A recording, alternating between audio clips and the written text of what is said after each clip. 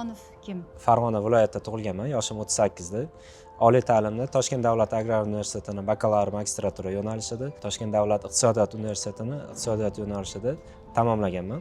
Shundan so'ng paxta seleksiyasi, urug'chilik va yetishtirish agri texnologiya ilmiy tadqiqot institutida o'zimni ilmiy faoliyatimni boshlaganman. 2017-yilda falsafa fanlar doktori, 2021-yilda esa fan doktori ilmiy darajasini olishini dissertatsiya ishimni yoqlaganman.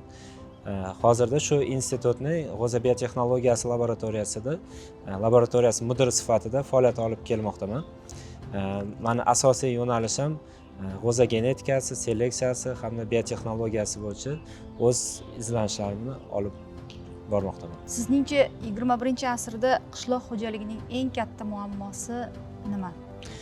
Bu 21-asrda eng katta muammo qishloq xo'jaligida bu global iqlim o'zgarishi natijalari hamda suv tanqisligi deb hisoblayman. Olim sifatida qaysi natijangiz bilan faxrlana olasiz?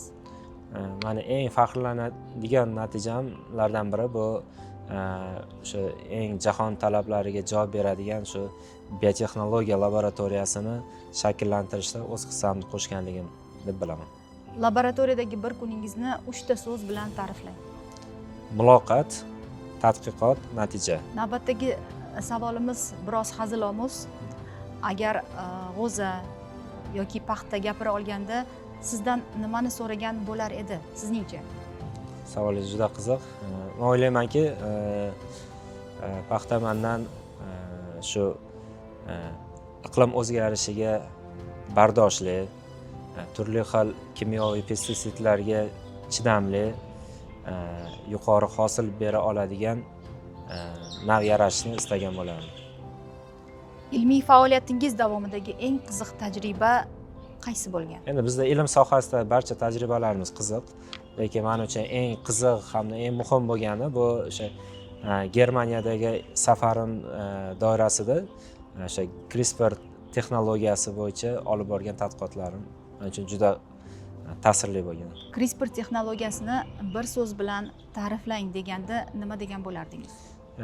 Bir so'z bilan ta'riflaydigan bo'lsak, bu genetik qaychi, ya'ni barcha tirik organizmdagi istalgan genni tahrirlash imkoniyatini beruvchi bu genetik qaychi hisoblanadi. Genom tahriri va sun'iy intellektning uyg'unligi qanday imkoniyatlarni yaratishi mumkin? Men o'ylaymanki, bu 21-asrdagi eng katta yutuqlardan biri hisoblanadi. Bu sun'iy intellekt hamda bu gen tahrirlash natijasida hozirda global iqlim o'zgarishiga mos bo'lgan, suv tanqisligiga mos bo'lgan navlarni yaratish imkoniyatini beradi. Ya'ni nav yaratish uchun 10 yil, 15 yillab nav ketgan bo'lsa, hozirgi bu texnologiya asosida 3 yil, 4 yilda nav yaratsa bo'ladi. Ilmda omad muhimmi yoki mehnat? Men o'ylaymanki, ikkalasi ham juda muhim. Harakat qilmasangiz omad bo'lmaydi. Omad kelish uchun ham harakat qilish kerak. Lekin harakat qilganingizda o'zingizda tadqiqotli, samarali yoki natijalar samarali bo'lishi omad ham juda muhim deb hisoblayman. Siz juda ko'plab yosh tadqiqotchilar bilan ishlaysiz. Shogirdlaringiz juda ko'p. Aytingchi, yosh tadqiqotchilar eng ko'p qanday xatoga yo'l qo'yadilar? Yosh tadqiqotchilarda eng katta muammolardan biri desak ham bo'ladi. Bu sabrsizlik hamda o'sha nima deydi, natijalarga tez erishishni xohlashi deb bilaman. Bu ilmda bilasizki, uzoq yillik mehnat, uzoq yillik tajriba juda muhim hisoblanadi. Mashaqqatli mehnat, uzoq yillik sabr talab etiladi.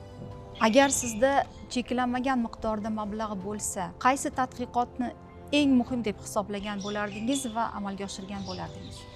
Endi o'zimning yo'nalishimdan kelib chiqadigan bo'lsak, endi paxta yo'nalishi bo'yicha tadqiqot olib boraman va bu yerda eng muhim tadqiqotlar hozirgi mana global iqlim o'zgarishi natijalariga bardoshli bo'lgan gen muhandisligi tadqiqotlari hamda turli xil rang, tabiatda mavjud bo'lmagan turli xil rangli paxtalar yaratish orzularimdan bittasi. Siz shu darajaga yetishguncha juda ko'p ilmiy maqola yozgan bo'lsangiz kerak.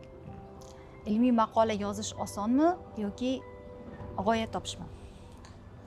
G'oya topish juda eng mashaqqatli bosqichlardan biri hisoblanadi. Chunki agar g'oyangiz bo'lsa, tadqiqot olib borasiz. Tadqiqot olib borganingizdan keyin natijaga erishasiz. Natijangizda bu bemalol istalgan jurnalda, istalgan joyda chop qilish imkoniyati mavjud bo'ladi. Hozirga qadar ilm ortidan nechta xorijiy davlatga safar qilgansiz?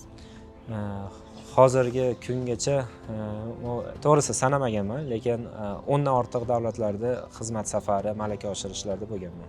Sizda eng kuchli taassurot qoldirgan va ilmiy tafakkuringizda tub burilish yasagan stajirovka yoki safar? Bu savolingizga men Xitoy deb javob beraman.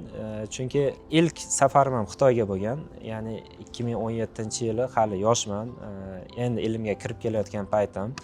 Shu sababli Xitoyga borganimizda u yerdagi ilmga bo'lgan e'tibor, u yerdagi o'sha yangi texnologiyalarni ko'rib, menda juda katta taassurot qoldirgan va meni fikrimni o'zgarishiga ham sababchi bo'lgan safarlardan biri hisoblangan.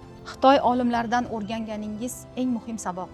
Eng muhim saboq bu juda qattiq harakat, mehnat, intilish, xorijiy olimlar bilan hamkorlikda yo'lga qo'yish sabog'ini olganman ulardan. Ilmiy faoliyatning eng murakkab jihatlarini his qilgansiz albatta. 3 ta so'z bilan ta'riflay olasizmi? Eng qiyin vaziyatlarni. To'g'risini aytadigan bo'lsam, agar o'zingizni sohangizni yaxshi ko'radigan bo'lsangiz, haqiqatda qiziqishingiz bo'lsa, bu qiyinchiliklar ko'rinmaydi. Shu sababli men bu qiyinchiliklar haqida to'g'risi o'ylab ko'rmagan ekanman. Sizga qaysi muhitda ishlash ko'proq yoqadi? Laboratoriyada yoki dalada? Biz sohamizda ikkalasi ham juda muhim, ya'ni chambarchas bog'liq. Bittasini tanlang. Lekin bittasini tanlaydigan bo'lsam, dalada ishlash yoqadi. Badiiy asarlar ham o'qib turasizmi yoki faqat ilmiy asarlarmi? To'g'risini aytadigan bo'lsam, yoshligimda badiiy asarlar o'qirdim, lekin hozirgi kunda asosan ilmiy asarlar, ilmiy maqolalar ko'p o'qiyman. Ba'zida badiiy asar o'qib turaman. Sizda eng yorqin taassurot qoldirgan badiiy asar nomini ayting. Yoshligimizda, ayniqsa studentlik paytimda o'qirdim. Sariq devni minib asarini o'qiganman 2 marta. O'tgan kunlar asarini o'qiganman. Yana bir savol sizning sohangizga oid. Kelajakda paxta dalalarini qanday tasavvur qilasiz? Kelajakda hozir endi texnologiya rivojlanmoqda. 21-asrda bilasiz, turli xil texnologiyalar, mana sun'iy idrok asosidagi texnologiyalar paydo bo'ldi. Men o'ylaymanki, 21-asrda gen muhandisligi hamda sun'iy idrok, robototexnika bilan uyg'unlashgan holda global iqlim o'zgarishiga bardoshli, barqaror hamda robotlashgan tizim bilan tasavvur qilaman. Paxtaning o'zini-chi? Kelajak paxtasini qanday ta'riflaysiz? Kelajak paxtasini savolingizdan keyin bir nechta javoblar keldi, lekin ichidan eng men uchun munosib va barqaror deb hisoblayman va moslashuvchan deb hisoblayman. Chunki moslashuvchan nav, moslashuvchan o'simlik bu men o'ylaymanki, kelajakda bu ulkan natijalarga erishsa bo'ladi bunday natija bilan. Siz Innovator jurnalining 3-soniga bosh qahramon sifatida tanlandingiz. Aytingchi, o'zingiz buni kutganmidingiz? Qachondir bir kuni bir jurnalda yorqin fotosuratim chop etiladi, jurnalni bosh qahramoni sifatida muqovalarda chiqaman deb o'ylaganmidingiz? Ochig'ini aytsam, o'ylamaganman. Umuman bu bo'yicha menda tasavvuram bo'lmagan. Endi biz olimlar asosan yuqori mana impact factor deymiz, yuqori reytingli jurnallarda maqola chop qilishni orzu qilamiz.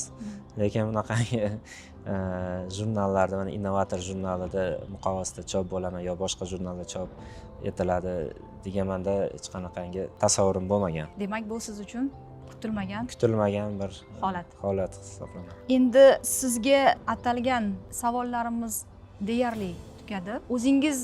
O'zingizga atalgan savollaringiz bormi? Va siz qaysi savollarni kutgandingiz-u, qaysilari berilmadi? To'g'risi, savollar kutmagandim, bergan savollaringiz juda qiziqarli, lekin o'ylab ko'rmagan ekanman ko'p savollarni o'zim haqimda. Men o'ylagandimki, asosan ilmiy yo'nalishlarimdan kelib chiqib savollar bo'ladigan, lekin o'zim haqimda ekan, lekin rahmat, o'ylantirishga majbur qildingiz. Ko'p savollarga javob berishga to'g'risi qiynaldim. Eng oxirgi savol emas, bu bir sizni fikringizni bilmoqchiman. yoshlarga aytadigan so'zingiz? Albatta bu yoshlar biz kelajagimiz. O'zimiz ham yosh bo'lganmiz, boshimizdan o'tkazganmiz ko'p jarayonlarni. Yoshlarga o'zimda tavsiya desa bo'ladi. Tavsiyam zamonaviy bilimlarni o'rganish, ko'p kitob o'qish, xorijda mana chop qilinayotgan yangi texnologiyalarni kuzatib borish, eng asosiy tilga e'tibor, nafaqat ingliz tili, balki bir nechta tillarni o'rganish tavsiya beraman. Shuningdek, nima deydi, qiyinchilikdan qo'rqmaslik. Men shuni xohlardimki, katta orzu qilishlarini. Ya'ni hozir mana yoshlik davrida katta orzu qilib, qandaydir fantastika bo'lishi mumkin. Lekin o'sha yosh o'tgandan keyin, ma'lum bir vaqt o'tgandan keyin o'sha orzusi oddiy holat bo'lib qoladi. Chunki turli xil mutaxassislar ham ta'kidlashadi, ya'ni qancha orzu qilsa, bu miyada shu programmalashtiradi. Programmalashtirib, o'sha orzusiga erishish, nima deydi, erishishga yaqinlashadi. Ya'ni katta orzu qiling, orzular albatta amalga oshadi.